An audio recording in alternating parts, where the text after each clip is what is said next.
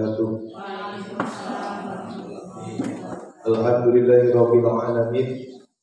Wassalatu wassalamu ala asyrofil anbiya'i wal mursalin wa ala alihi wa sahbihi ajma'in. Ilahi anta maqsudi wa ridha rahmatu bi'adini mahabbataka wa ma'rifataka. Amma ba'd. Puji dan syukur senantiasa kita panjatkan hadrat Allah Subhanahu wa taala, yang mana alhamdulillah berkat rahmat dan irodahnya yang telah memberikan nikmat karunia-Nya sehingga kita dapat berkumpul bersama-sama dalam kegiatan kali ini dengan mengambil tema penyebaran, pemahaman dan penerapan budaya positif di SDN 2 Jayagiri.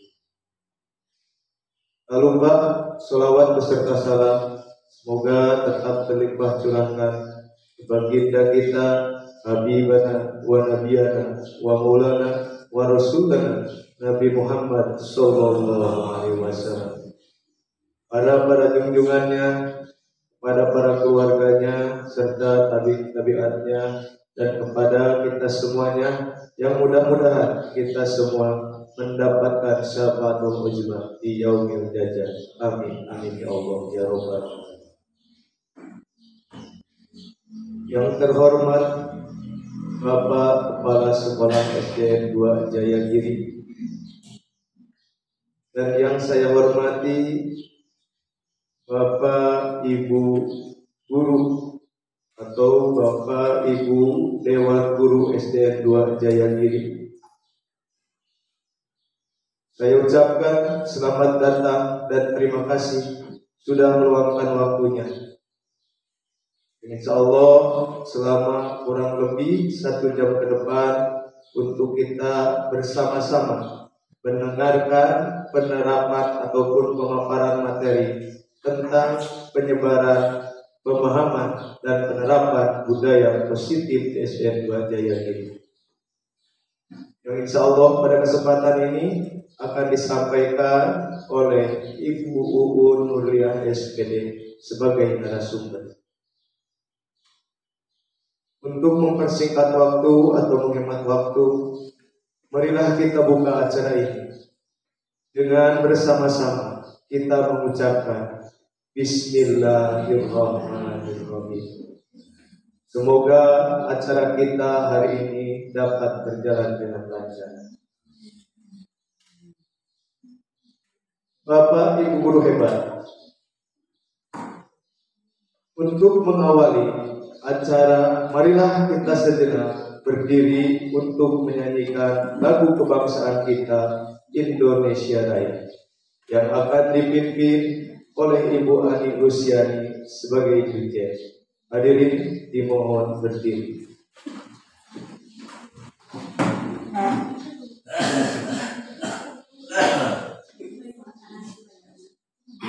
Hiduplah Indonesia Raya.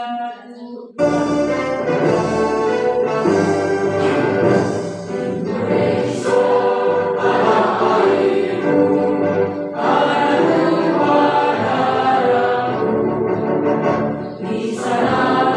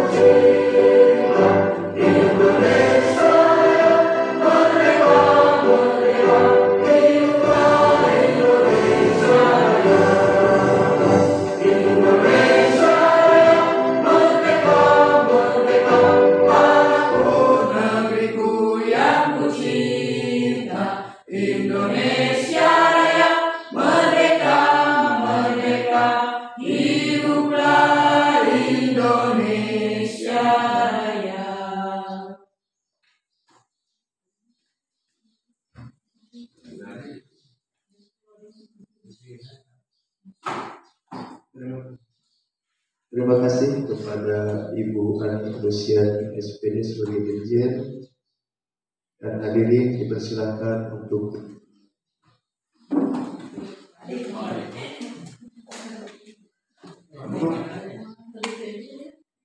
baiklah. Untuk memasuki acara inti, yaitu pemohon maaf. Yang selanjutnya adalah sambutan dari Bapak Kepala Sekolah SDN 2 Jayagiri kepada Bapak Kepala Sekolah Bapak Sarif Hidayat SPD. Padanya waktu dan tempat dipersilakan.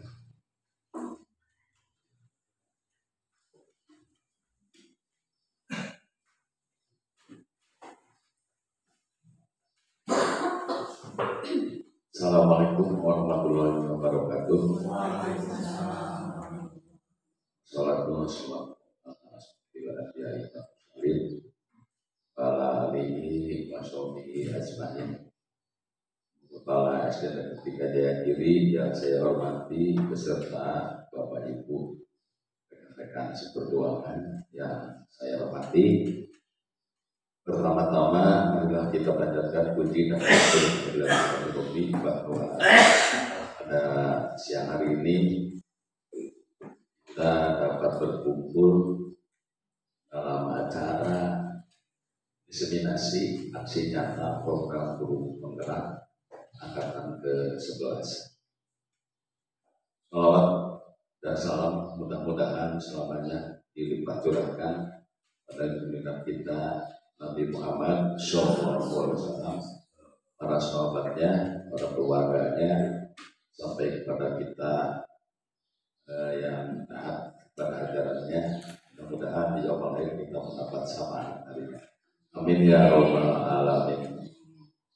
Bapak Ibu yang saya hormati, selanjutnya kami ucapkan terima kasih atas kehadirannya dalam kesempatan ini, yaitu dalam kegiatan diseminasi aksi nyata yang dilaksanakan, atau ini adalah suatu program bagi guru penggerak di mana di SD Negeri 2 Jayagiri ini ada Ibu Uun Nurlia SPD yang mengikuti program guru penggerak angkatan 11, yaitu dengan tema penyebaran, pemahaman, dan penerapan budaya positif.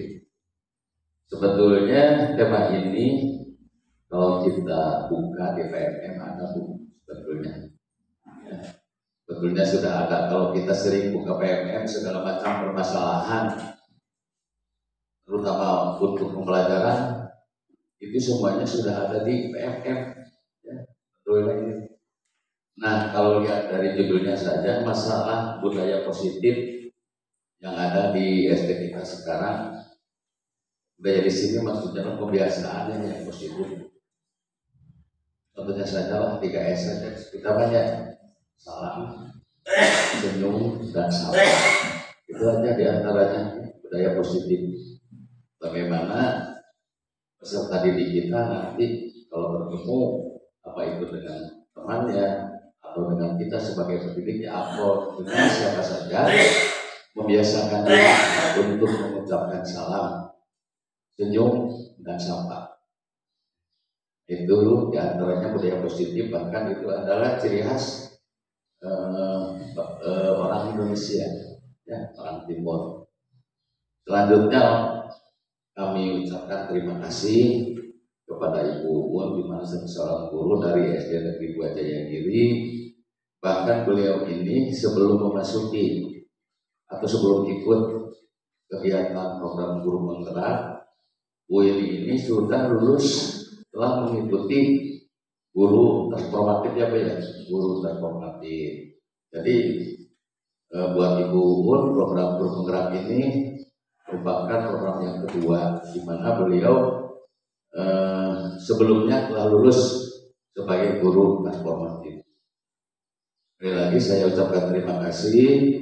Kemudian untuk rekan-rekan yang lainnya, guru-guru yang lainnya, diharapkan di masa yang akan datang semuanya akan mengikuti program ini.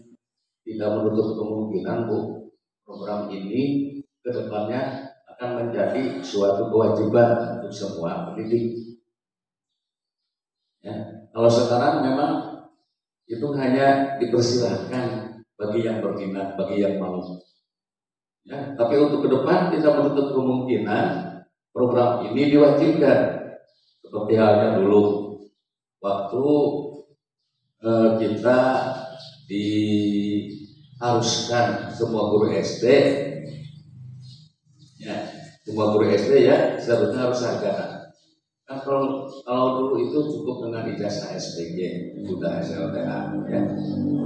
Nah, sebelum dikeluarkan keputusan menteri bahwa semua guru SD harus S1, yang mau tidak mau semuanya harus mengikuti program S1, ya, semuanya. Bahkan S1 ini merupakan dulu itu waktu digelontorkannya program sertifikasi itu wajib. Sebab guru yang belum memenuhi S1 tidak akan mendapat sertifikasi, tidak boleh mengikuti PPG untuk mendapatkan tunjangan tambahan profesi, yaitu sertifikasi.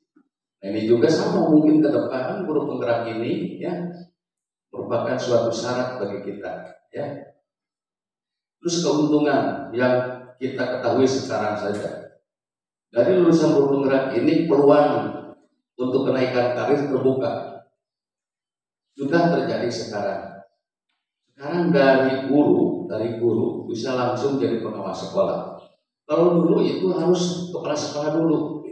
Nah sekarang dari guru itu bisa langsung jadi pengawas. Kemudian kalau dulu pengawas itu dari kepala sekolah juga harus jenjang karir. Sekarang dari guru-guru SMP ya yang telah lulus guru penggerak bisa menjadi kepala sekolah di SD. Bahkan menurut kabar ya ke depan kepala sekolah pun atau pengawas pun bisa diambil dari guru P3K. Ada kemungkinan ibu tututnya ya, asal sudah lulus guru penggerak itu bisa langsung jadi kepala sekolah. Ya, amin ya, tututnya. Untuk P3A, sementara untuk katanya bahkan nanti katanya menurut Pak Tori Pak Pengawas itu untuk tahun ini ke depan akan dicoba kesempatan bagi P3K untuk bisa mencalonkan diri jadi kepala sekolah. Sekarang saja Bu, untuk di Panumbangan saja kekosongan tahun 2005 ini hampir 6 orang kepala sekolah yang memasuki masa pensiun. Mungkin dari sekarang atau beberapa bulan ke depan nanti akan dibuka pencalonan kepala sekolah. Ya, tapi salah satu syaratnya yaitu harus sudah melalui atau lulus dengan guru penggerak. Ya, nah itu. Selain itu banyak sekali manfaat yang kita dapatkan ya dari mengikuti kegiatan guru penggerak ini. Di Jambi sekarang sudah sampai angkatan ke-11 itu. Angkatan ke-11. Mungkin nanti akan dibuka untuk angkatan ke-12. Ya. Mudah-mudahan ya dari SD kita atau lebih luasnya ya, dari SD yang ada di kiri saja, SD 1, SD 2, SD 3 yang usianya masih muda dipersilahkan ya dibuka lebar untuk mengikuti guru penggerak. Sing rajin tidak punya, karena rajin orang bukaan BMM, bukaan laptop, informasi tentang kedinasan, informasi tentang nasib kita. Ya, terus rajin-rajin membuka laptop, apa itu di SIMPK, PKB, apa itu di BMM, semuanya. Ya, program apa dokter PPG juga gitu ya. Dan sekarang kita online sistemnya. Jadi kalau kita tidak pernah buka laptop, tidak pernah buka apa itu HP, pasti itu ketinggalan informasi. Barangkali itu saja yang dapat saya sampaikan. Mudah-mudahan kegiatan ini bermanfaat bagi kita untuk lebih luas lagi dapat diterapkan untuk anak didik kita atau peserta didik kita. Ya. Mudah-mudahan dengan adanya diseminasi budaya positif ini, ya, anak-anak yang kita didik akan lebih baik, terutama karakter yang harus kita tumbuhkan. Kalau dibahas tentang karakter panjang Bu, ya. Nah, maka di antaranya ada program budaya positif. Itu saja yang dapat saya sampaikan. Sekali lagi terima kasih atas waktu yang diluangkannya dan program ini dapat bermanfaat bagi kita. Mohon maaf atas segala kekurangannya. Assalamualaikum warahmatullahi wabarakatuh.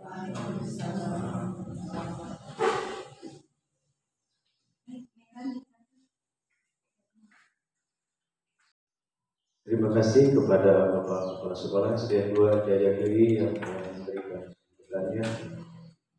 Baik, untuk selanjutnya kita menginjak pada acara inti. Memasuki acara inti yaitu penerapan materi tentang penyebaran pemahaman dan penerapan budaya positif di SDN 2 Jayagiri. Dan pada kesempatan ini narasumber akan disampaikan oleh Ibu Uun Nurliah SPD. Kepadanya kami persilakan.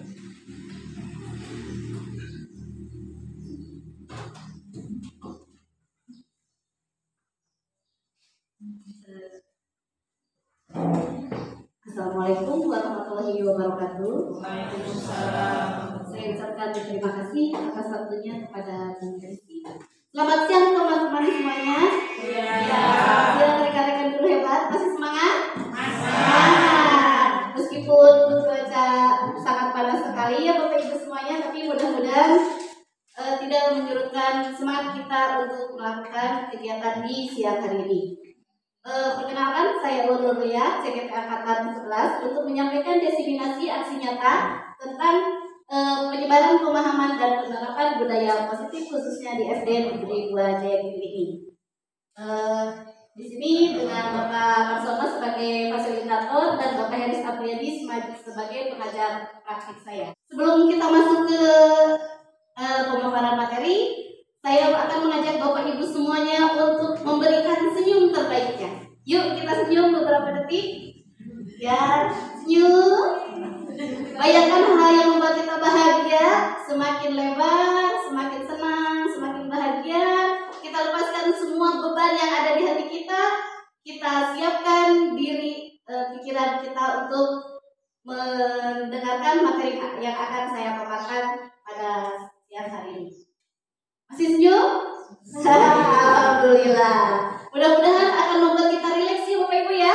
Kita rileks, santai, dan silahkan dibuat nyaman. Saya lihat ada sesuatu di hadapan Bapak Ibu.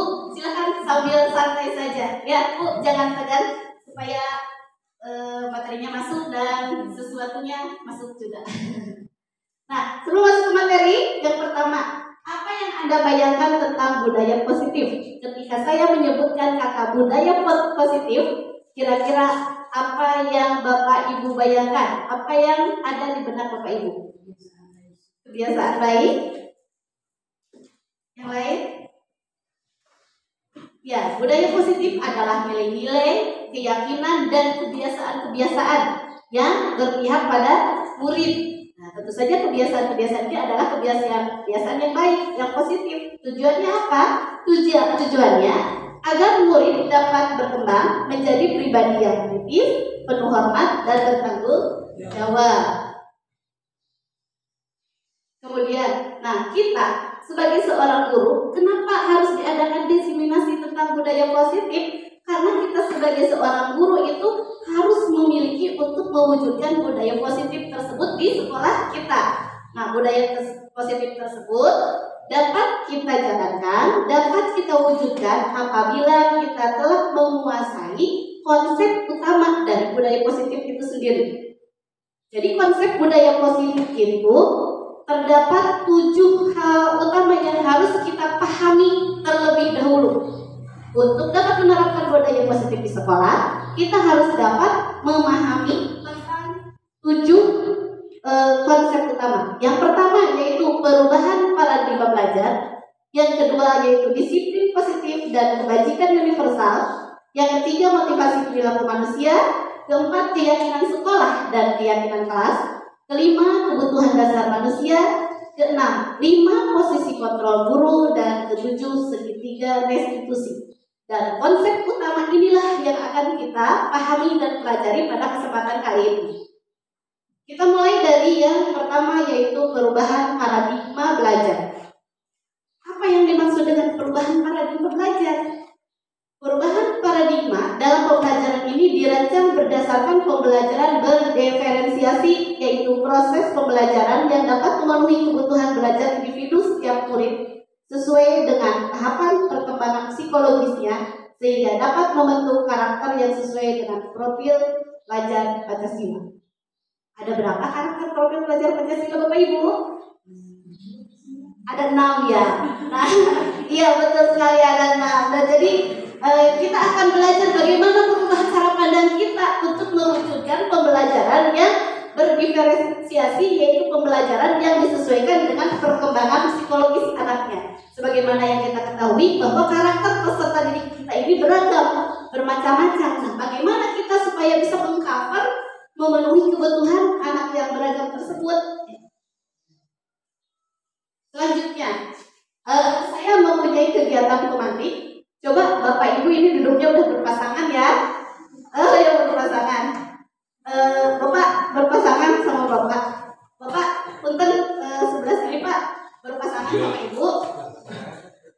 Yang berada di sebelah kanan saya, kita umpamakan sebagai A.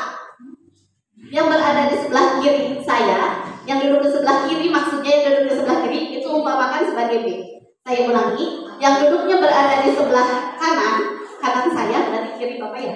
Berarti kita umpamakan sebagai A, dan yang duduknya di sebelah kiri saya, sebelah kiri, itu berarti umpamakan sebagai B. Kita bayangkan si A itu mempunyai sesuatu yang sangat berharga di dalam tangannya. Usahakan si A itu menjaga dengan baik-baik harta yang berharga di dalam tangannya. Tangan kanan boleh, di tangan kanan. Silahkan kepalkan sekuat-kuatnya. Silahkan kepalkan sekuat-kuatnya. Jaga baik-baik, jangan sampai ada orang yang membukanya, apalagi mengambilnya. Kemudian coba B. Yang B, coba buka tangan A. Yang A itu harus menjaga sebaik-baiknya. Yang B silahkan coba buka tangan A dengan berbagai cara, terserah. Silahkan. Boleh dengan berbagai cara, terserah. Ada yang sudah terbuka? Mau dengan ancaman, mau dengan tujuan, mau dengan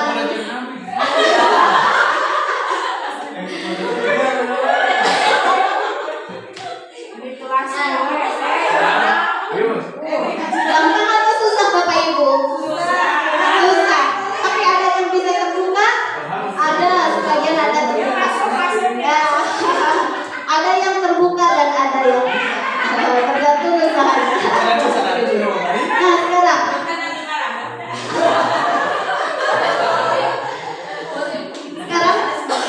pertanyaan selanjutnya. Apakah B berhasil membuka kepalan tangan A? Ada yang berhasil, ada yang tidak. Ada yang berhasil, ada yang tidak. Yang berhasil membuka itu dengan berbagai cara. Misalkan yang ini berhasil membuka, tapi dengan bujukan dan rayuan. Dengan bujukan dan rayuan, dengan cara halus, sehingga Bapak dengan sendirinya membuka dan mau berbagi barang yang berharga. Bisa, Bapak ini berhasil terbuka, tapi dengan paksa, dengan ancaman. Awas kalau tidak dibuka nanti saya bla bla bla dan lain sebagainya. Akhirnya dibuka. Tapi ketika sudah dibuka, bagaimana perasaan Bapak A? Dibuka sih dibuka, tapi bagaimana perasaannya? Apakah dia dengan ikhlas, ridho membukanya? Tidak, karena terpaksa ya Pak. Karena terpaksa, karena diancam. Yang ini terbuka, karena apa? Karena digelitik katanya. Berarti terbuka karena digelitik. Yang ini tidak bisa disebut tidak berhasil dibuka, misalkan karena apa? Karena kuat. Jadi meskipun sama-sama berhasil dibuka, tapi karena cara yang digunakannya berbeda, maka perasaan yang muncul di perasaan bapak dan bapak itu berbeda. Kalau yang dengan rayuan mungkin mau berbagi karena dirayu perasaannya berbunga-bunga. Kalau yang ini karena takut. Kalau yang ini karena nggak kuat, katanya digelitik-gelitik kayak itu. Nanti itu motivasi itu yang akan kita pelajari, hanya sebagai kegiatan romantis saja. Selanjutnya, miskonsepsi tentang teori kontrol. Apa itu miskonsepsi?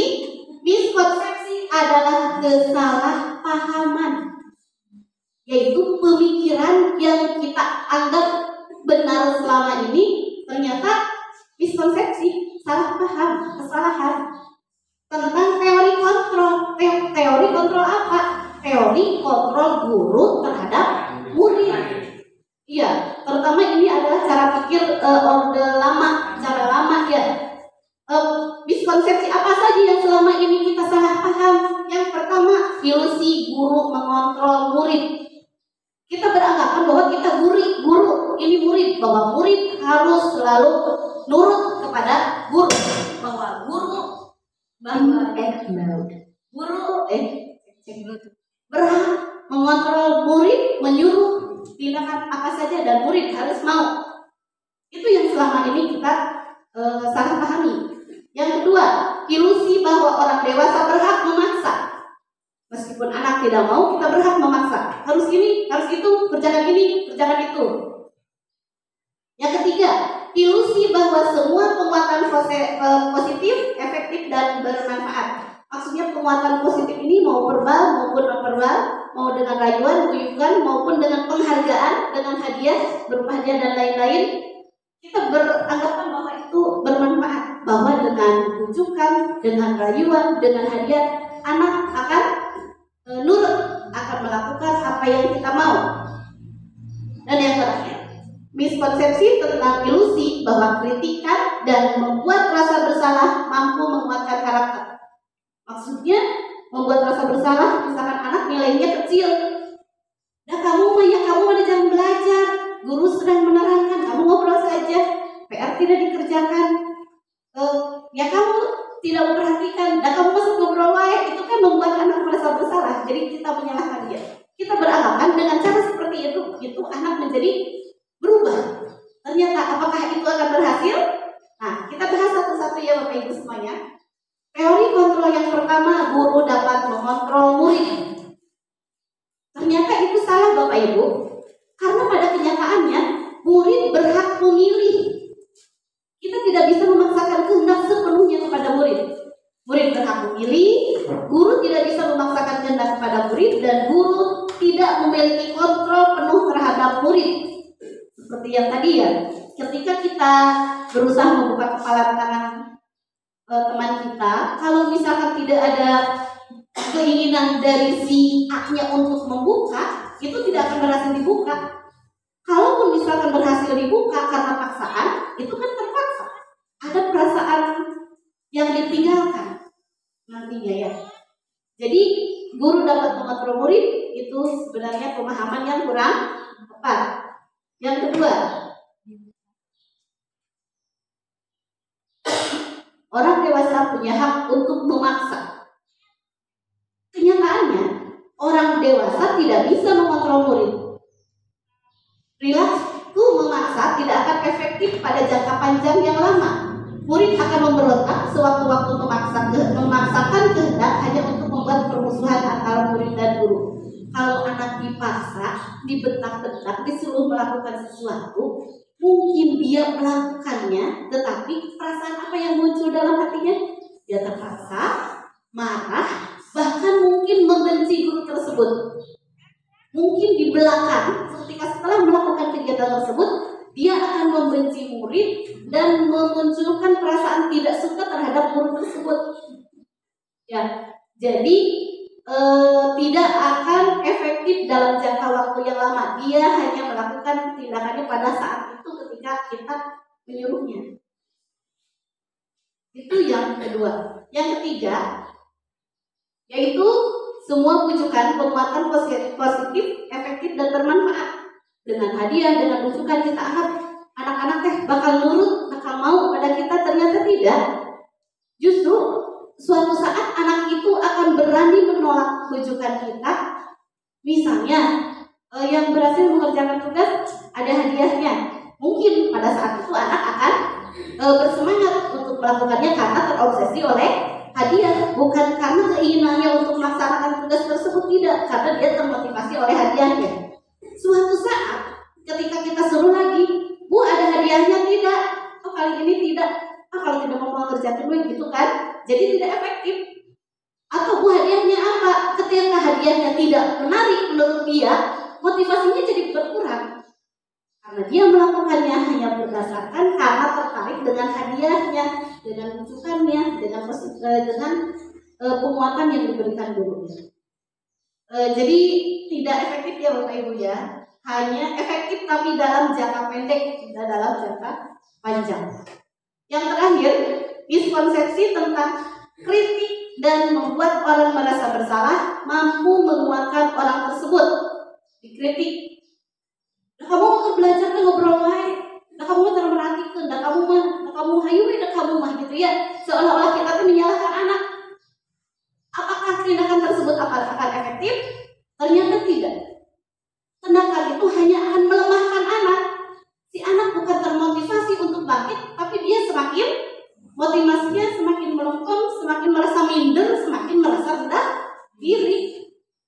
Kalau misalkan lagi tugas apa, aduh biasanya gimana nanti keajakan, biasa juga saya mah nggak bisa, ada biasanya mau kalau misalkan ada apa-apa mau ngiringan dalam bentuk biasa itu, jadi bukannya motivasi yang timbul, jadi dia justru semakin melemah, semakin minder, semakin rendah diri. Nggak boleh.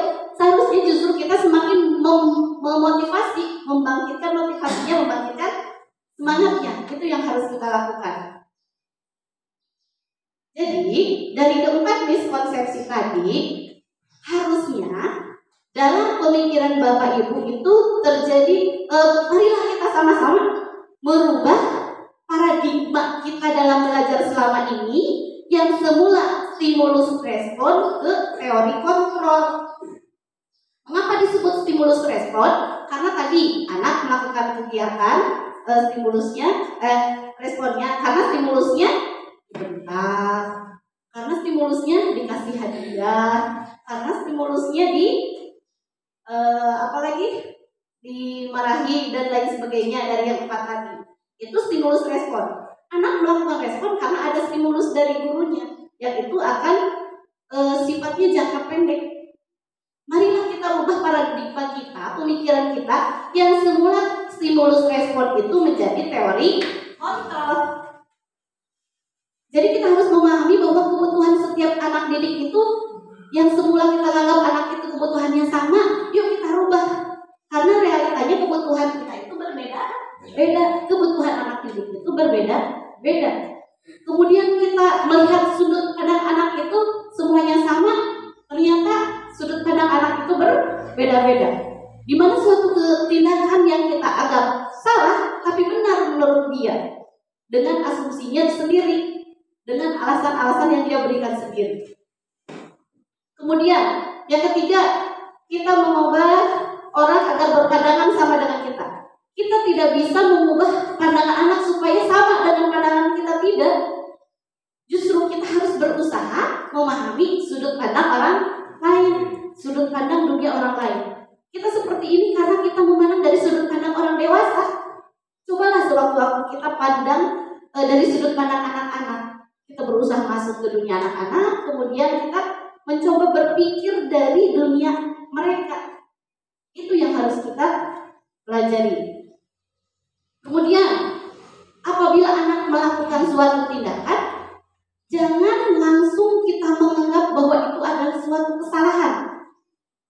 Karena pada kenyataannya, setiap perilaku itu pasti memiliki tujuan. Kita tanya dulu tujuannya apa, maksudnya apa. Itu. Ya Bapak Ibu, jadi kita rubah paradigma berpikir, paradigma belajar kita, cara berpikir kita yang semula stimulus respon menjadi teori kontrol.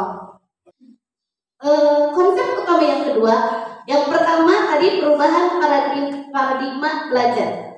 Dapat dipahami Bapak Ibu? Dapat dipahami? Dari keempat miskonsepsi tadi, dari stimulus respon kita rubah ke teori kontrol. Insya Allah masih aman terkendali. Konsep utama yang kedua yaitu disiplin positif. Di dalam budaya positif, salah satu konsep utamanya adalah disiplin positif. Kira-kira apa yang ada di pikiran Bapak Ibu ketika saya menyebutkan kata disiplin? Aturan. Selain aturan, tata tertib, ya, tata tertib. Apa lagi? Ya, persepsi orang tentang disiplin rata-rata yang dibayangkannya adalah aturan, tata tertib, ketidaknyamanan. Apabila melanggar aturan kita merasa tidak nyaman, ada perasaan bersalah, kemudian kepatuhan dan hukuman. Itu rata-rata. Ternyata disiplin positif itu bukan itu Bapak Ibu. Yang dimaksud disiplin positif itu bukan semata-mata aturan, tata tertib dan yang melanggar akan mendapat hukuman. Ternyata bukan itu. Yang dimaksud dengan disiplin positif adalah suatu cara penerapan disiplin yang mengajarkan anak bertanggung jawab dan menumbuhkan kesadaran diri berdasarkan nilai-nilai kebajikan. Jadi anak dengan kesadaran dirinya sendiri bertanggung jawab untuk selalu menjalankan nilai-nilai kebajikan. Apa itu nilai-nilai kebajikan? Nanti akan kita bahas. Nah, disiplin positif ini lebih ke disiplin diri, di mana si anak harus bisa mengontrol diri dalam melakukan segala tindakan. Jadi apa yang dia lakukan itu harus terkontrol dengan tujuan yang pasti berdasarkan nilai-nilai kebajikan. Nah, disiplin diri yang membuat murid memahami dan menyadari berdasarkan motivasi internal. Beda dengan yang miskonsepsi yang empat tadi ya. Dia melakukan suatu tindakan karena adanya motivasi dari orang lain, yaitu dari luar, yang disebut motivasi eksternal.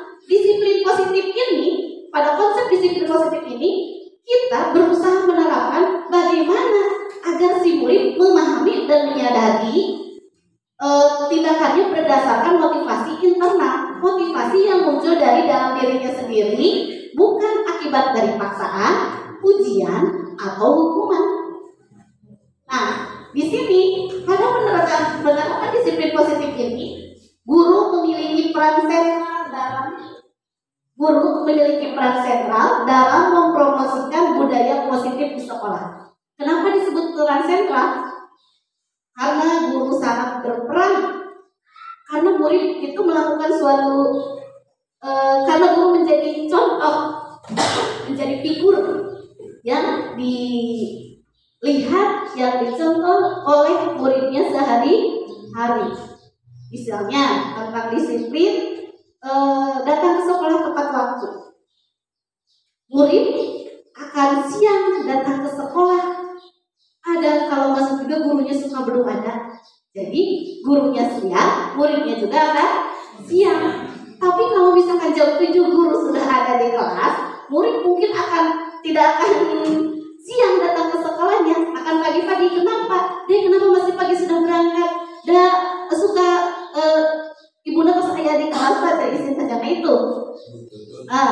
Masalah buang sampah sembarangan, guru yang menjadi contoh. Jadi kita hanya bukan menerapkan suatu aturan, tapi juga kita dengan memberikan keteladanan.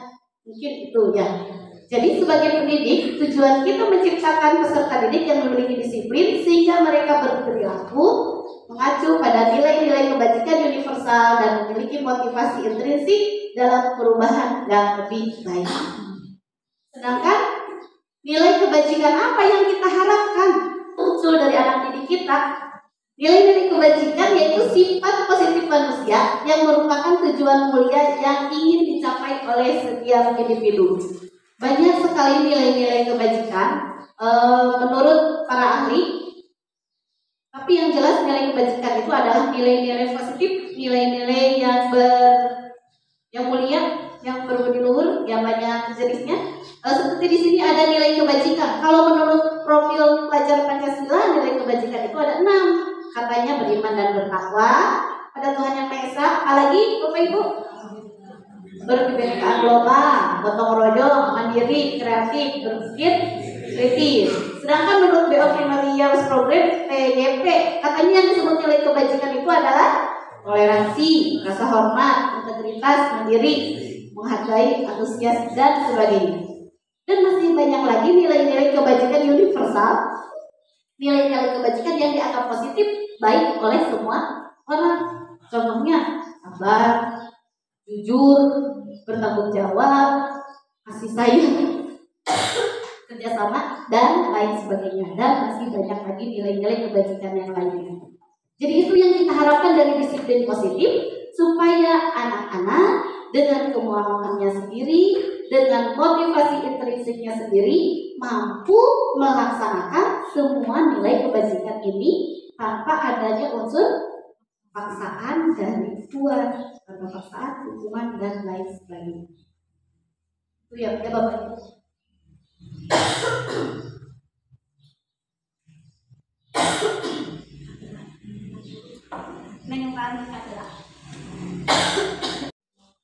Ya, baik, kita lanjutkan Bapak Ibu semuanya. Di sini ada beberapa alasan kenapa seseorang melakukan suatu tindakan atau perbuatan, baik itu yang positif atau negatif. Pasti ada alasan di balik itu semua, yang biasa kita sebut dengan motivasi perilaku manusia. Apa saja motivasi perilaku manusia? Di sini, motivasi seseorang melakukan tindakan itu yang pertama untuk menghindari ketidaknyamanan atau hukuman. Mungkin saja si anak melakukan sesuatu itu karena takut dihukum, karena tidak nyaman apabila tidak melakukannya, nanti bakal ada teguran, bakal dipanggil, bakal dilaporkan, dan lain sebagainya. Yang kedua, mungkin saja karena ingin mendapatkan imbalan, penghargaan, pujian. Si anak melakukan sesuatu di kelas karena ingin dipuji oleh orang lain, ingin diagung-agungkan, ingin diilmukan. Mungkin itu saja. Nah, kedua motivasi itu yang biasa kita sebut dengan motivasi ekstrinsik, karena berasal dari luar, bukan motivasi yang timbul dari dalam hati nuraninya. Sedangkan yang ketiga, motivasi perilaku manusia yang ketiga yaitu untuk menjadi orang yang mereka inginkan dan menghargai diri sendiri dengan nilai-nilai yang mereka percaya. Misalkan Bapak dan Ibu datang ke sekolah. Apakah Bapak Ibu datang ke sekolah pagi-pagi, misalkan jam 7 sudah di sekolah, apakah takut dihukum oleh kepala sekolah? Atau karena ingin dipuji, ingin mendapat julukan guru terrajin? Atau karena emang kita merasa bahwa bertanggung jawab terhadap tugas kita? Nah itu, jelaskan kembali diri kita sendiri. Ya, apakah kita melakukan pembelajaran di kelas itu dengan baik itu karena takut ditegur kepala sekolah, atau karena kita ingin mendapat penghargaan, mendapat apresiasi karena administrasi kelasnya lengkap semua, atau karena kita merasa bahwa itu sudah kewajiban kita? Nah itu, silakan kembali lagi ke diri Bapak Ibu semua. Apakah yang kita lakukan itu motivasinya ekstrinsik atau intrinsik? Kira-kira mana yang lebih baik Bapak Ibu? Ya, intrinsik. Iya. Jadi yang baik itu adalah motivasi intrinsik. Iya, muncul dari dalam diri kita sendiri. Jadi nilai-nilai yang tumbuh dari dalam diri kita sendiri karena kita menghargai dari diri sendiri, bukan ingin dihargai oleh orang lain. Karena itu adalah nilai-nilai yang kita percaya bahwa itu adalah sudah kewajiban kita yang harus kita laksanakan.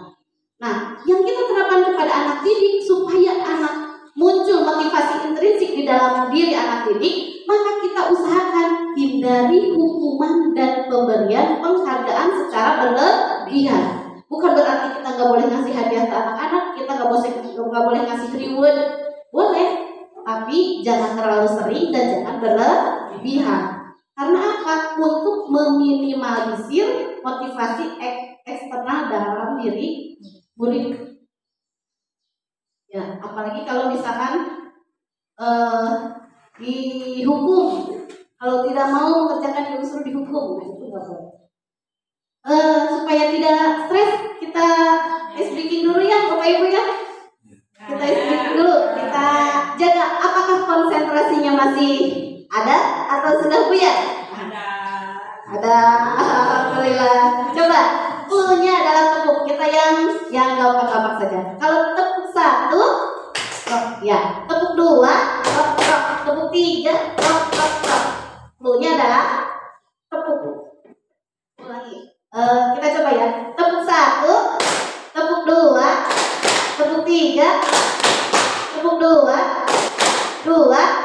Nah. Harusnya tepuk apa jangan? Jangan. Karena cluenya adalah tepuk. Kalau bilang tepuk 2 baru rock rock. Kalau bilang 2 jangan. Saya tidak suruh tepuk, itu hanya bilang 2 saja. Ya, maklum ya, sudah siang, sudah lelah. Ayo kita coba sekali lagi. Siap? Ya. Konsentrasi. Tepuk 1. Ulangi. Tepuk 1, tepuk 2, tepuk 3, tepuk 2, tepuk 1.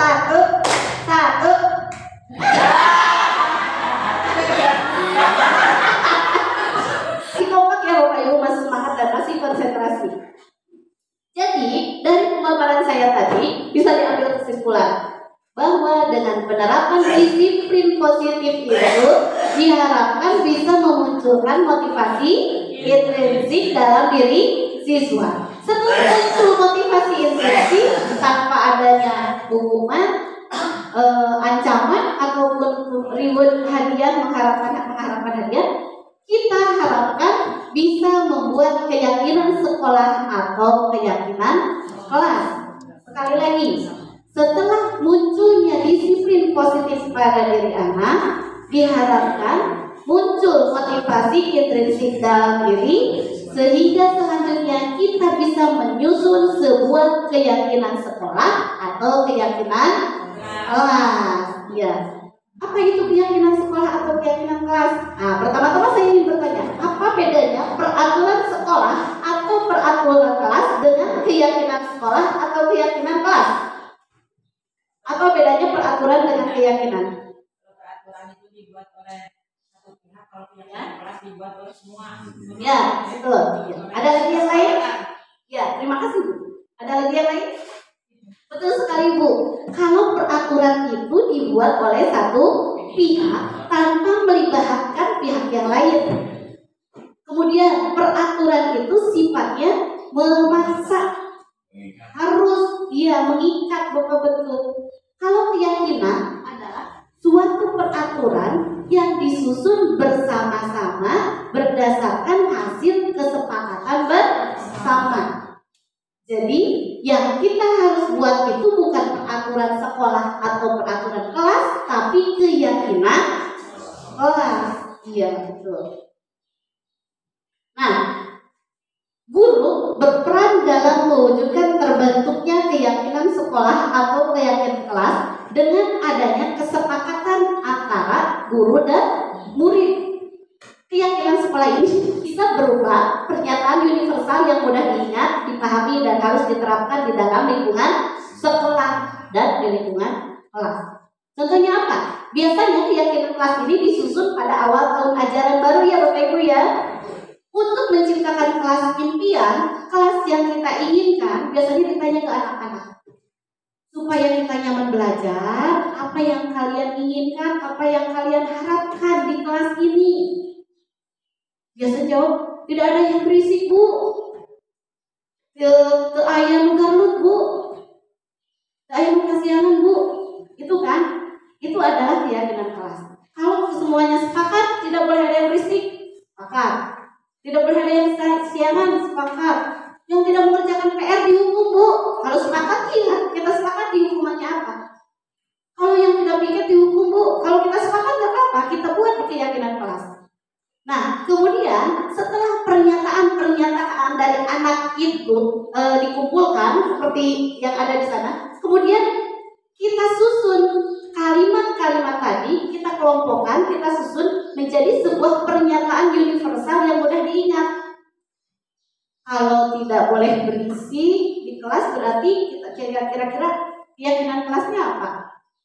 Misalkan tidak boleh menghina nama orang tua, biasanya tidak boleh menghina teman. Berarti pernyataan universalnya bisa dengan kata-kata saling menghargai antar teman.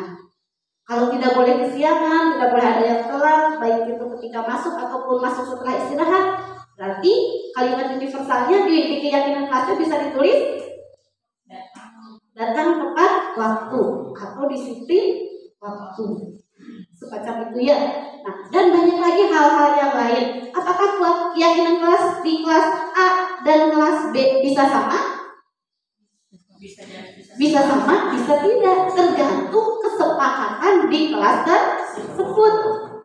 Kalau misalkan di kelas A, seperti sekarang keyakinan kelas, apakah Bapak Ibu ketika saya sedang mempresentasikan boleh makan dan minum apa tidak? Boleh. Kalau kita sepakat boleh, silakan, nggak apa-apa. Ya, kalau misalkan nggak boleh, kalau nggak boleh ya jangan, semuanya jangan. Tergantung kesepakatan kita, semua kesepakatan bersama. Begitupun dengan kelas. Jadi kelas antara kelas A, kelas B, dan kelas C mungkin saja ada beberapa keyakinan yang sama dan mungkin saja ada yang berbeda. Misalkan kalau di kelas A yang tidak pikir itu hukumannya Bu, kalau yang nggak pikir denda 5.000, kalau sepakat nggak apa-apa. Mungkin di kelas B tidak, keyakinan itu hanya berlaku di kelas ini saja gitu kan. Bisa dipahami Bapak Ibu. Tujuannya apa? Jadi apabila nanti sewaktu-waktu ada anak yang melanggar, ada yang anak yang melanggar keyakinan, maka dia tidak akan menolak dan tidak akan mengelak. Karena apa? Karena itu kan udah disepakati di awal. Ya, udah disepakati bersama. Itu yang dimaksud dengan keyakinan kelas. Dan ini salah satu contoh keyakinan kelas yang disusun: disiplin waktu, belajar dengan semangat dan bergembira, angkat tangan ketika ingin bertanya, dan lain sebagainya. Bisa dipahami Bapak Ibu? Apakah ada pertanyaan? Alhamdulillah.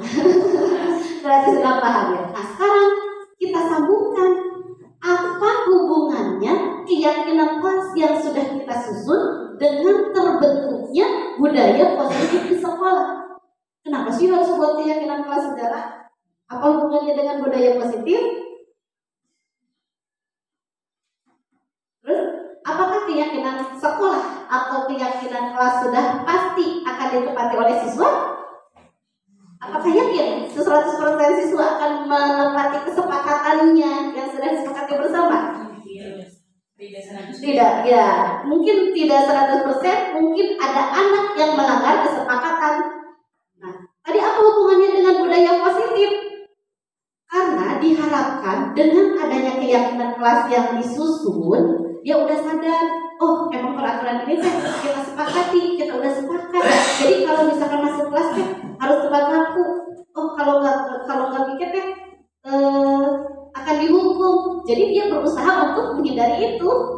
Diharapkan dia akan mematuhi semua keyakinan-keyakinan yang telah disepakati.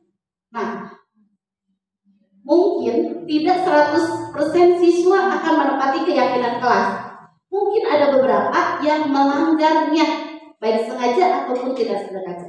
Kenapa demikian? Karena ada yang disebut dengan kebutuhan dasar manusia. Dia melakukannya karena ada kebutuhannya, karena terdorong oleh kebutuhan dasarnya. Apa saja kebutuhan dasarnya? Jadi karena ada ada alasannya.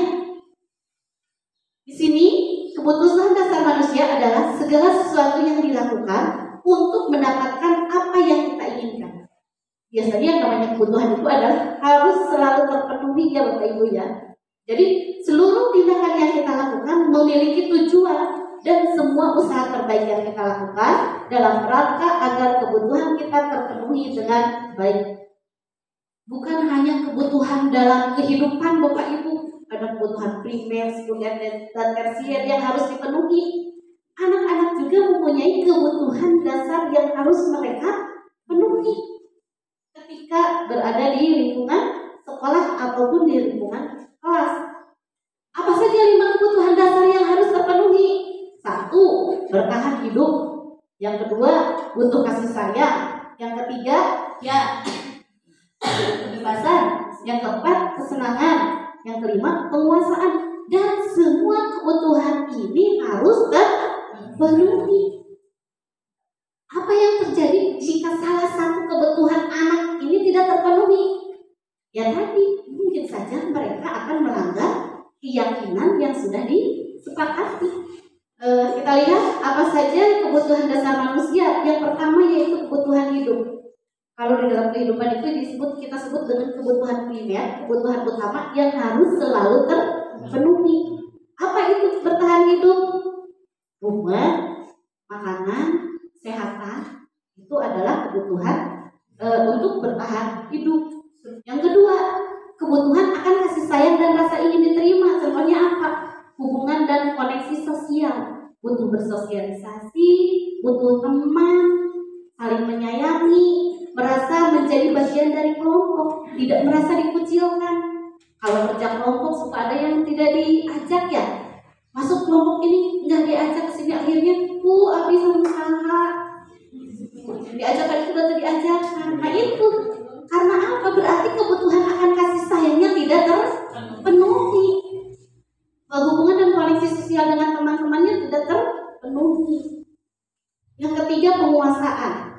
Dia butuh penguasaan. Maksudnya penguasaan, dia ingin mencapai sesuatu, menjadi kompeten, bisa menguasai sesuatu, menjadi terampil, diakui atas prestasi dan keterampilannya, didengarkan dan memiliki harga diri.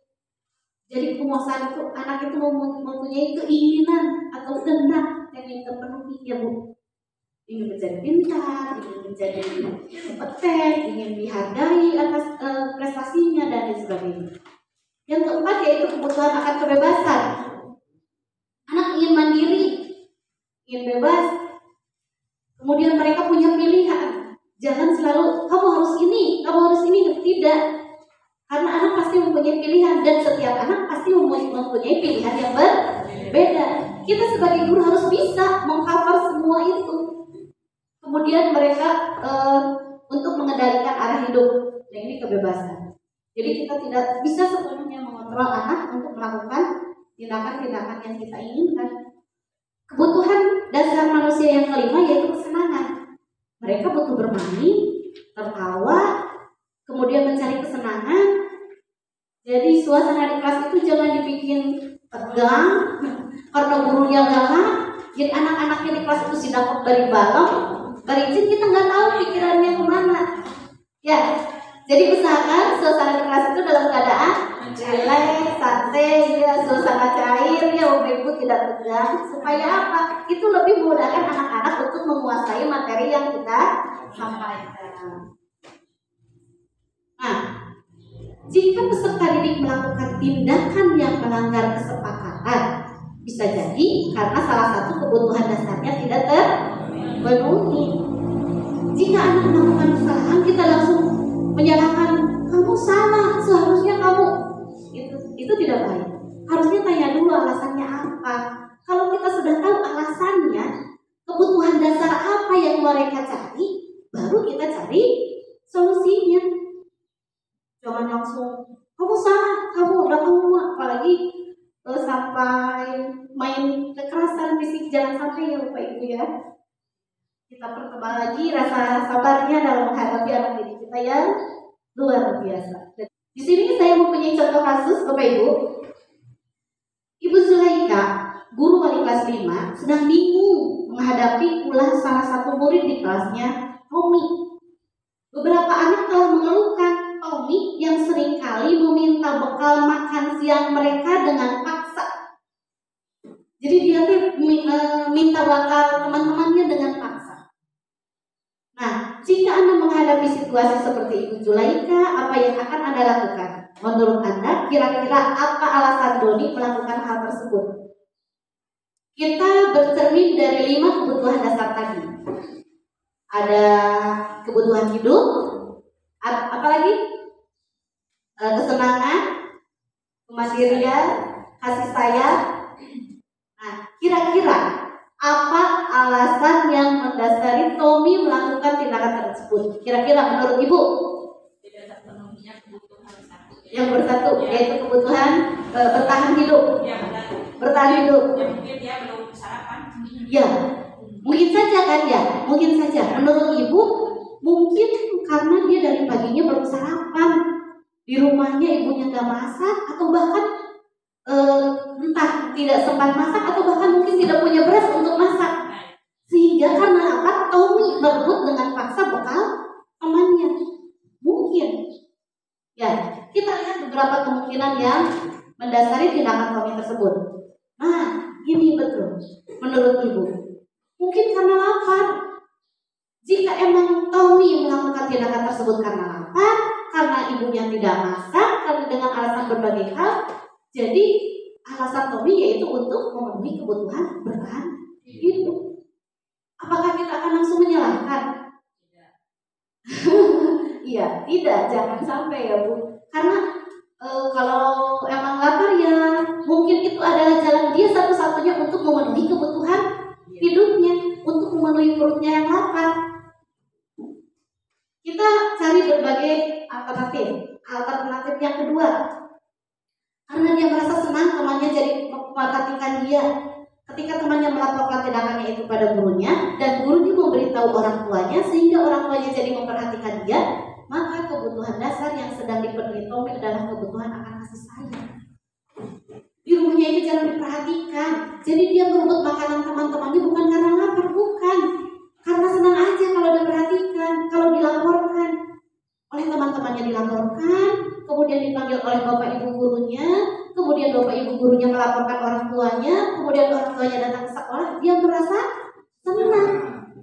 Berarti orang tuanya memperhatikan dia. Itu mungkin caper dia mencari perhatian, cuman dengan cara yang salah. Misalkan karena orang tuanya sibuk bekerja ke kantor atau ke sawah, kadang anak sama orang tua berangkatnya duluan orang tua. Karena misalkan harus ke sawah pagi-pagi sekali, jadi anak tidak diperhatikan. Orang tua hanya cukup menyimpan bekal aja. Kalau mau sekolah ini bekalnya, jadi aja. Pulangnya juga kalau ada PR nggak diperhatikan. Tidak menyuruh apakah bertanya, ada PR, atau kalaupun ada PR, ada PR, mau nggak bisa kerjakan aja sendiri. Jadi si anak merasa sendirian, ingin diperhatikan. Mungkin itu alasan yang kedua. Alternatif alasan Tommy yang ketiga, karena temannya jadi takut dengan dia dan menuruti keinginannya. Maka sebetulnya Tommy sedang berusaha memenuhi kebutuhan dasarnya akan kekuasaan. Semacam apa ya? Jadi dia tuh merasa kalau teman-temannya takutnya dia teh bahagia, merasa orang yang paling ditakuti sehingga dia merasa punya kekuasaan atas teman-temannya. Mungkin saja itu. Selanjutnya alternatif yang keempat, mungkin alasan Tommy yang keempat karena dia merasa bosan dengan bekal makanan yang dibawa ibunya dari rumah. Tiap hari bekalnya misalkan cuma ini, telur, sedangkan teman-temannya ada yang sama nugget, sate, ayam goreng, mungkin itu. Iya, karena dia merasa bosan dengan bekal yang diberikan orang tuanya. Maka kebutuhan yang ingin Tommy penuhi adalah kebutuhan akan kebebasan. Dia tidak berhak memilih. Orang tuanya nggak nanya, "Deh, hari ini bekalnya mau sama apa?" Tuh kan, "Mah, hari ini mau sama telur. Mah, besok ada mau bekalnya sama anu." Dia bebas memilih makanan sesuai dengan keinginan dia. Ya, dan yang terakhir, Mungkin saja alasan Tommy melakukan hal tersebut yaitu karena iseng. Iseng aja. Dia tinggal mau udah makanan teman-temannya, cuma iseng aja. Dia senang melihat ekspresi teman-temannya yang kesal. Biasanya kalau anak perempuan terutama ya sambil menjerit-jerit, dicerewetan, apalagi dikejar-kejar itu mukanya kesal, dia senang. Senang melihat orang menang. Iya, senang dibalik penderitaan orang lain. Iya, mungkin dia butuh hiburan. Karena mungkin menurut dia, ketika teman-teman mengejar dia dan dia berlari-lari, itu suatu kesenangan tersendiri bagi dia. Mungkin saja. Karena dia butuh kesenangan, cuman caranya yang salah. Harusnya kan kalau butuh kesenangan ya main aja dengan permainan dan lain sebagainya. Mungkin karena dia membutuhkan sesuatu yang lain sehingga dia melakukan hal tersebut. Nah, setelah kita mengetahui, misalnya kita mengetahui nih alasan Tommy melakukan itu dari yang 5 itu, ambillah 1. Kita udah dapat alasan Tommy 1, alasan Tommy melakukan tindakan tersebut. Terus tindakan apa yang harus kita ambil selanjutnya? Misalnya karena Tommy tadi untuk bertahan hidup bisa, sudah diketahui nih, udah melalui proses tanya jawab, ternyata itu orang tuanya tidak memberikan bekal dia. Terus apa yang harus kita lakukan selanjutnya? Nah, untuk selanjutnya kita tidak serta-merta menyalahkan anaknya ya. Nah, apakah kita akan memberikan hukuman atau konsekuensi? Ada yang disebut hukuman, konsekuensi, dan restitusi. Apa bedanya? Apabila anak melakukan kesalahan, yang kita berikan apakah hukuman atau konsekuensi atau restitusi? Apa bedanya? Nah, kalau hukuman itu suatu tindakan yang membuat anak itu merasa tidak nyaman dalam jangka panjang, kemudian akan membuat anak tersakiti karena modenya mode paksaan, yang namanya hukuman, kemudian menyembunyikan kesalahan. Maksudnya menyembunyikan kesalahan, si hukumannya, si tindakan yang menyakitinya tidak ada hubungannya dengan kesalahan yang dia lakukan.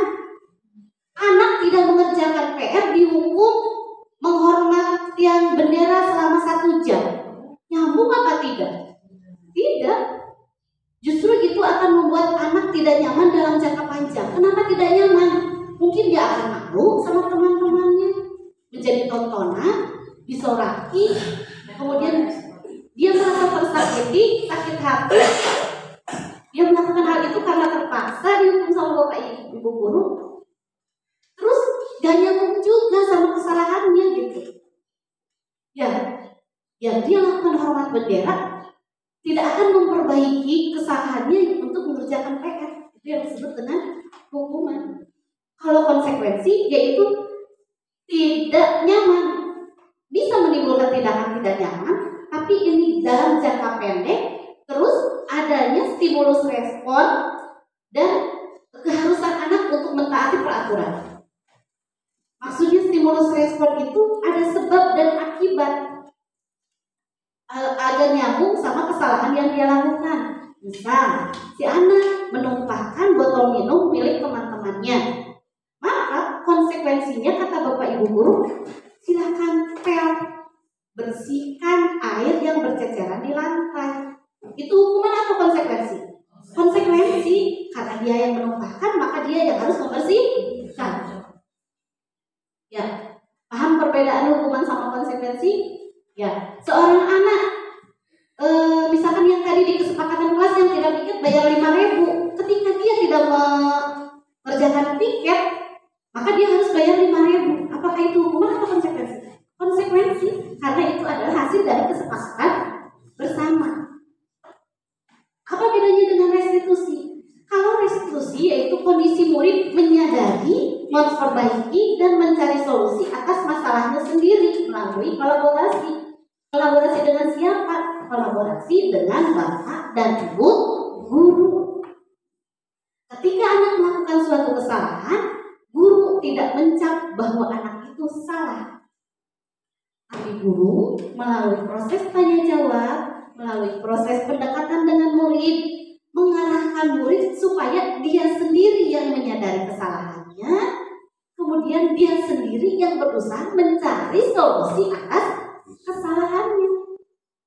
Nah, jadi dari ketiga ini antara hukuman, konsekuensi, dan restitusi, nah, yang lebih baik adalah yang ketiga, yaitu melalui proses restitusi. Bu, apa sih proses restitusi? Nanti kita akan bahas. Nah, sekarang coba, apakah ini termasuk hukuman atau konsekuensi? Yang pertama, mengepel lantai karena menumpahkan botol minum milik teman. Hukuman atau konsekuensi? Konsekuensi. Yang kedua, lari mengelilingi lapangan basket 2 kali karena terlambat hadir di sekolah. Hukuman atau konsekuensi? Yang ketiga, membersihkan coretan yang dibuatnya di meja. Konsekuensi. Selanjutnya, murid diminta untuk push up 15 kali karena tidak menggunakan masker di sekolah. Menggantikan kertas tugas teman yang tadi sudah coret. Konsekuensi. Berjemur di lapangan basket pukul 12 siang karena mengobrol dengan teman. Hukuman. Tidak istirahat karena harus mengerjakan PR. Konsekuensi. Alhamdulillah Bapak Ibu ternyata sudah memahami ya. Jadi yang harus kita berikan kepada murid itu jangan sekali-kali memberikan hukuman.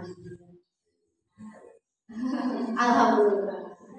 Nah, ketika kita menemukan anak yang melakukan kesalahan, kita kan mau melakukan proses restitusi. Kita harus meletakkan di mana posisi kita pada saat akan menyelesaikan masalah yang terjadi pada murid.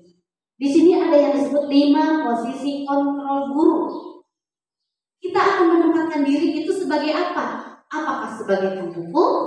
Apakah sebagai teman? Membuat merasa bersalah? Sebagai pemantau? Atau sebagai manajer? Nah, apa bedanya? Mari kita lihat satu-satu. Coba kita introspeksi di mana posisi kita ketika terdapat anak yang melakukan suatu kesalahan.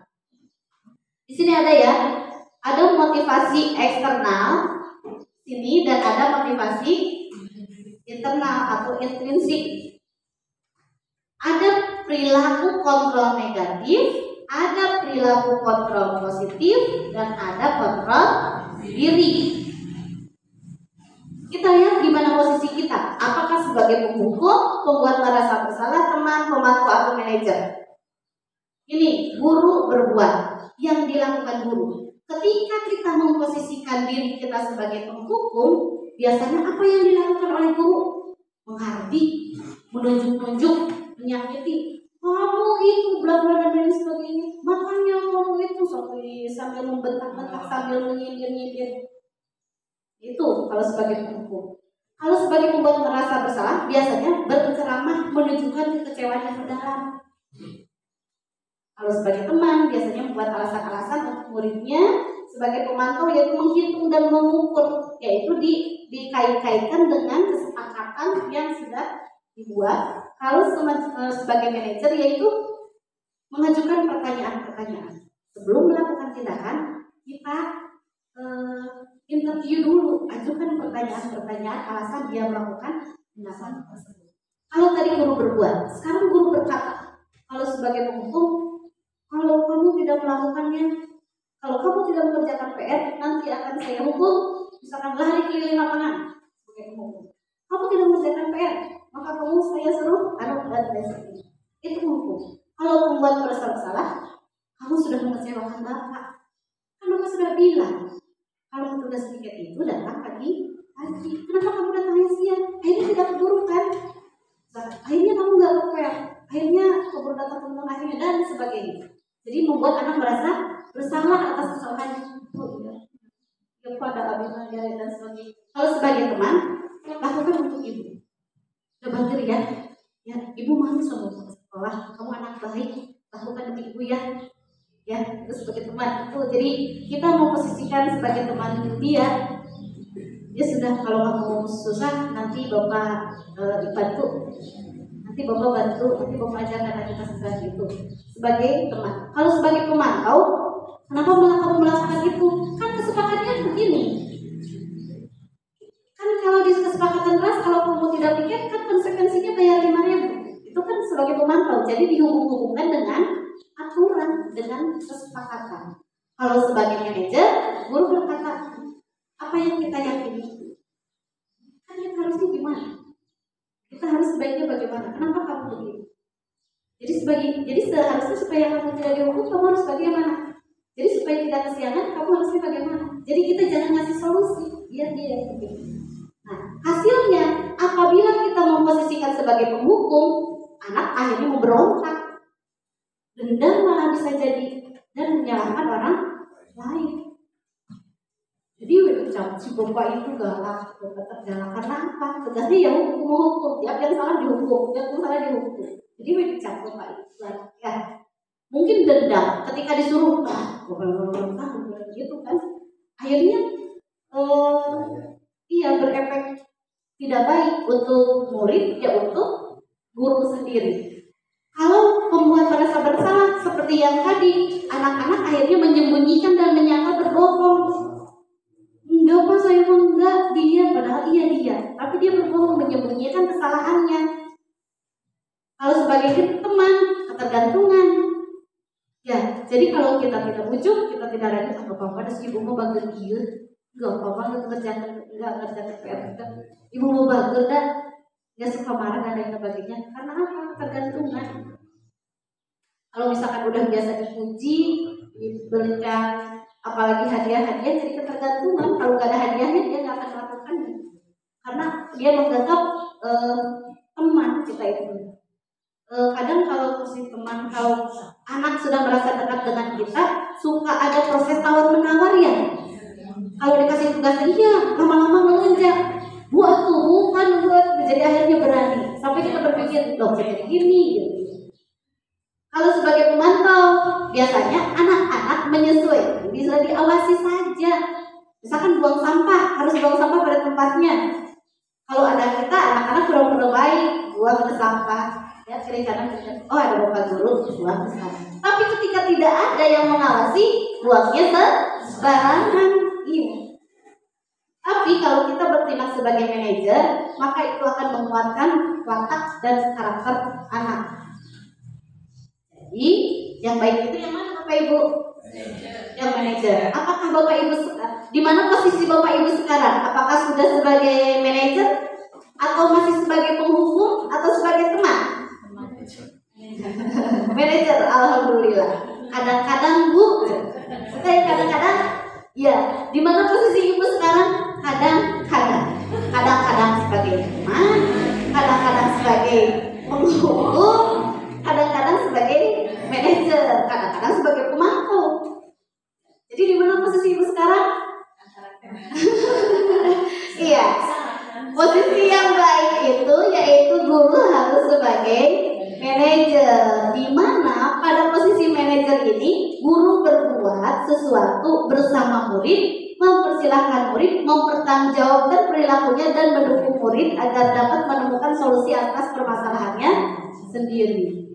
Melalui pertanyaan-pertanyaan yang diajukan tadi, jadi si anak itu merasa bahwa oh iya yang saya lakukan itu salah, oh iya seharusnya saya itu begini. Jadi kesadaran itu muncul dari dirinya sendiri dan solusi untuk memperbaiki kesalahannya juga muncul dari dirinya sendiri. Nah, posisi manajer ini biasanya mengacu pada restitusi yang dapat menjadikan murid sebagai manajer bagi dirinya sendiri sehingga tercipta identitas positif atau berhasil pada diri murid. Jadi maksudnya posisi anak sebagai manajer bagi dirinya sendiri, jadi dia beranggapan bahwa hanya dirinya yang bisa mengendalikan dirinya sendiri, perbuatannya sendiri, dan akan menanggung akibatnya sendiri. Nah, untuk posisi manajer ini dalam melakukan penyelesaian terhadap masalah, ada yang disebut dengan segitiga restitusi. Apa itu segitiga restitusi? Nah, guru berperan sebagai manajer menggunakan segitiga restitusi dalam menyelesaikan masalah melalui 3 tahapan. Tadi kan sebagai manajer dengan mengajukan pertanyaan-pertanyaan. Nah, pertanyaan-pertanyaan tersebut dikelompokkan menjadi 3 tahapan. Yang pertama yaitu menstabilkan identitas, yang kedua memvalidasi tindakan yang salah, yang ketiga keyakinan kelas. Jadi tidak langsung ya. Tujuannya apa? Kenapa harus dengan segitiga restitusi? Tujuannya agar menghasilkan murid yang mandiri dan bertanggung jawab terutama atas kesalahan yang telah dia perbuat. Nah, apa itu segitiga restitusi? Yaitu suatu proses dialog penyelesaian masalah yang dilakukan oleh guru agar dapat menghasilkan murid yang mandiri dan bertanggung jawab yang tadi sudah dijelaskan. Dalam segitiga restitusi itu ada yang disebut dengan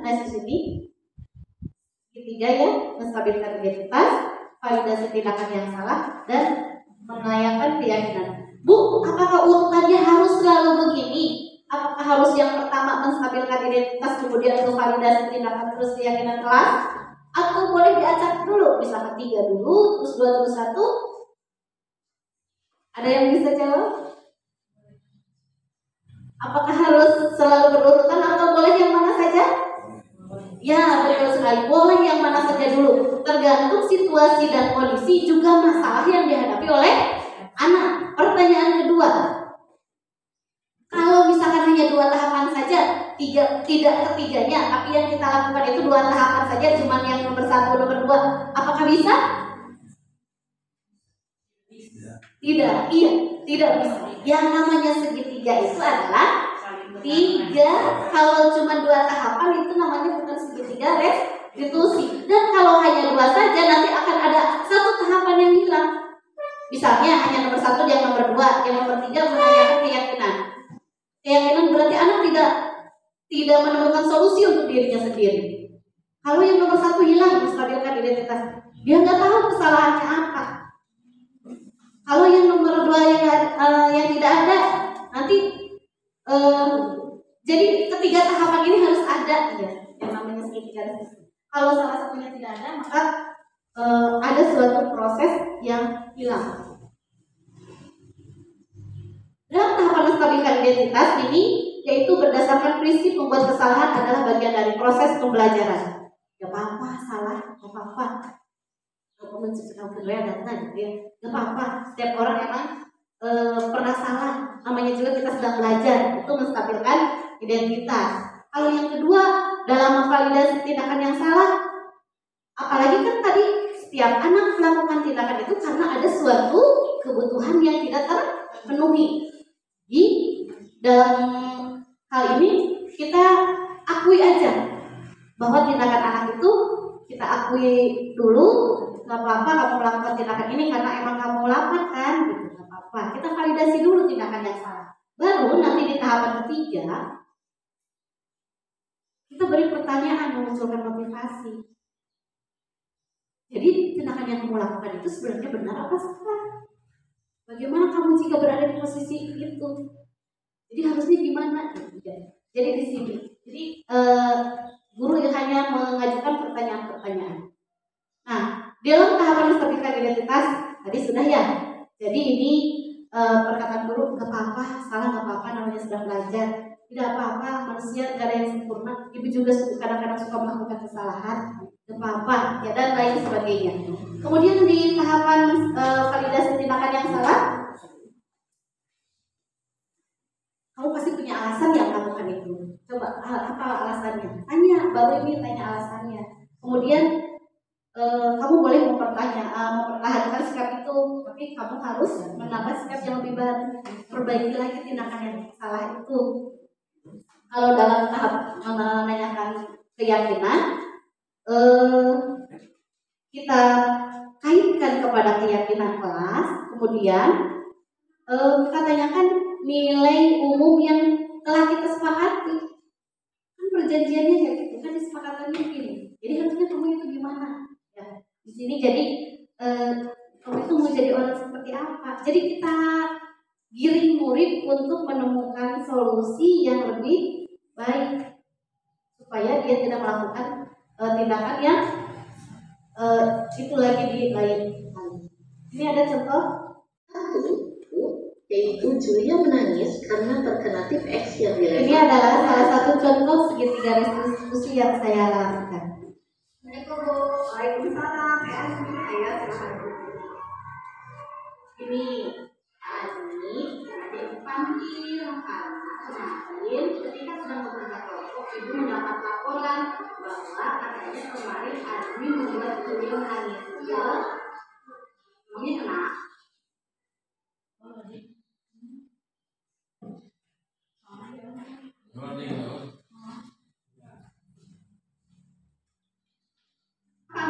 Apa yang kamu lakukan?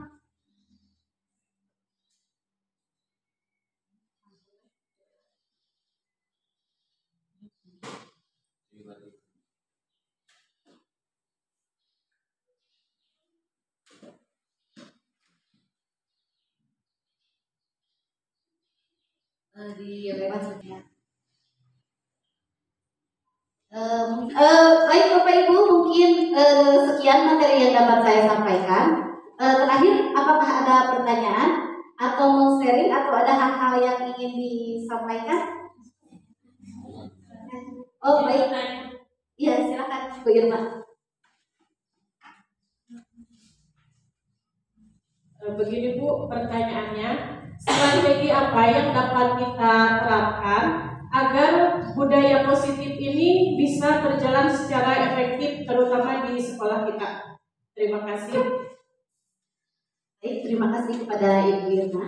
Strategi apa yang kita lakukan supaya penerapan budaya positif ini bisa berjalan efektif di sekolah? Sebagaimana yang sudah saya sampaikan di awal, bahwa guru itu mempunyai peran sentral.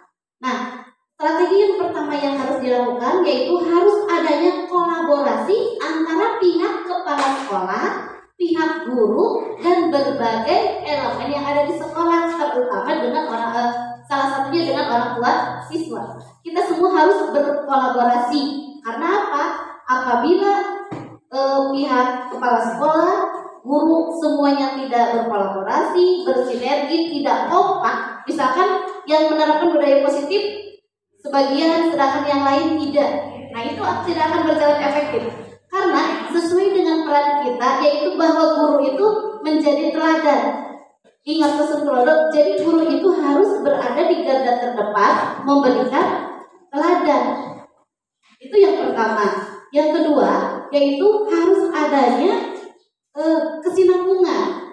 Jadi penerapan budaya positif ini tidak serta-merta dilakukan kadang-kadang atau misalkan hanya momentuman atau tidak berkesinambungan, tapi harus berkesinambungan. Supaya apa? Supaya disiplin positif yang dilakukan itu secara terus-menerus sehingga lama-lama menjadi sebuah budaya, sebuah kebiasaan yang membudaya, baik itu di bapak ibu gurunya, juga di murid-muridnya.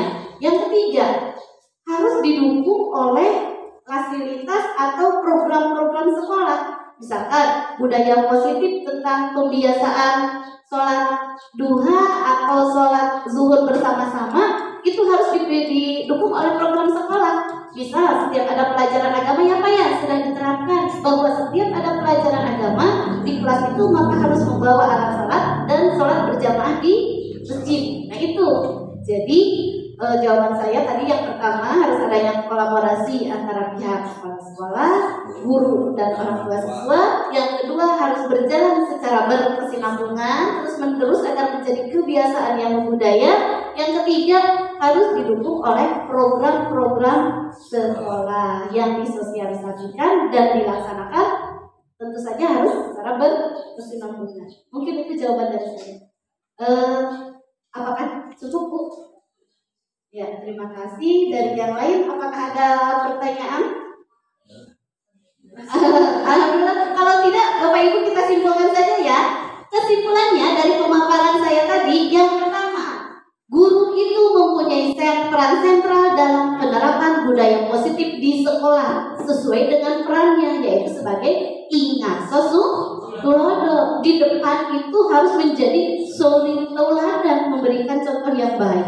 Yang kedua, kepala sekolah dan guru berintegrasi dalam menyelesaikan masalah di lingkungan sekolah dengan baik.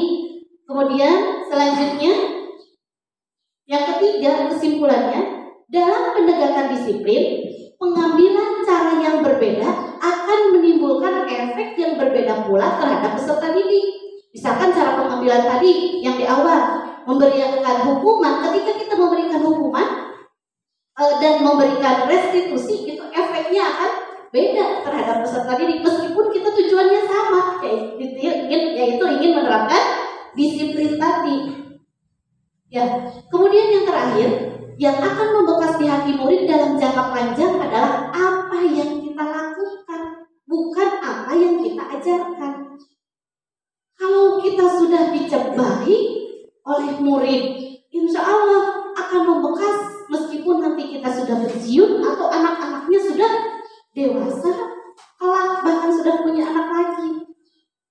Itu yang akan diingat oleh anak. Kalau kita masa-masa sekolahnya dia pernah dihukum oleh kita, dia pernah sakit hati oleh kita, dia pernah dendam sama kita, nah itu akan membekas sampai dia dewasa nanti.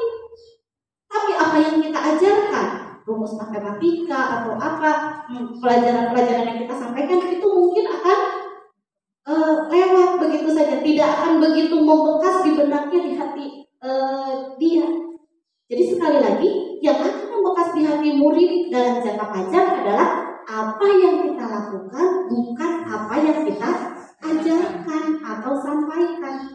Jadi terakhir, untuk Bapak Ibu guru hebat semuanya, ingat selalu 3M. Apa itu 3M Ibu? Murid, murid, dan murid. Jadi yang selalu kita lakukan itu harus ingat 3M, bahwa kita itu bekerja untuk murid, dan murid. Ya, terima kasih Bapak Ibu hebat semuanya. Terakhir, melakukan hal baik kenapa mesti ditunda-tunda? Setelah apa yang saya paparkan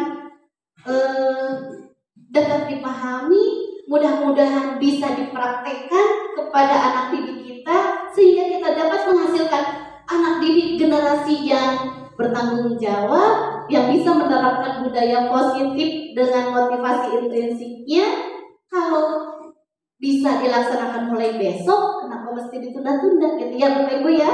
Ya, marilah kita bersama-sama memperbaiki diri kita, memperbaiki paradigma belajar kita, memperbaiki posisi kita, dan dengan harapan bahwa kita dapat membawa generasi muda Indonesia ini menjadi generasi yang mandiri, tangguh, dan bertanggung jawab. Mungkin sekian yang dapat saya sampaikan. Salam perubahan untuk kita semua.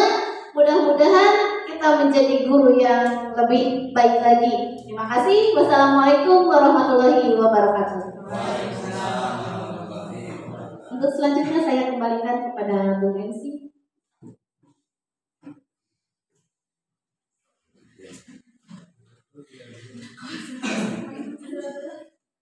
Alhamdulillah, seluruh rangkaian acara atau materi telah selesai disampaikan oleh Ibu Nurliani sendiri.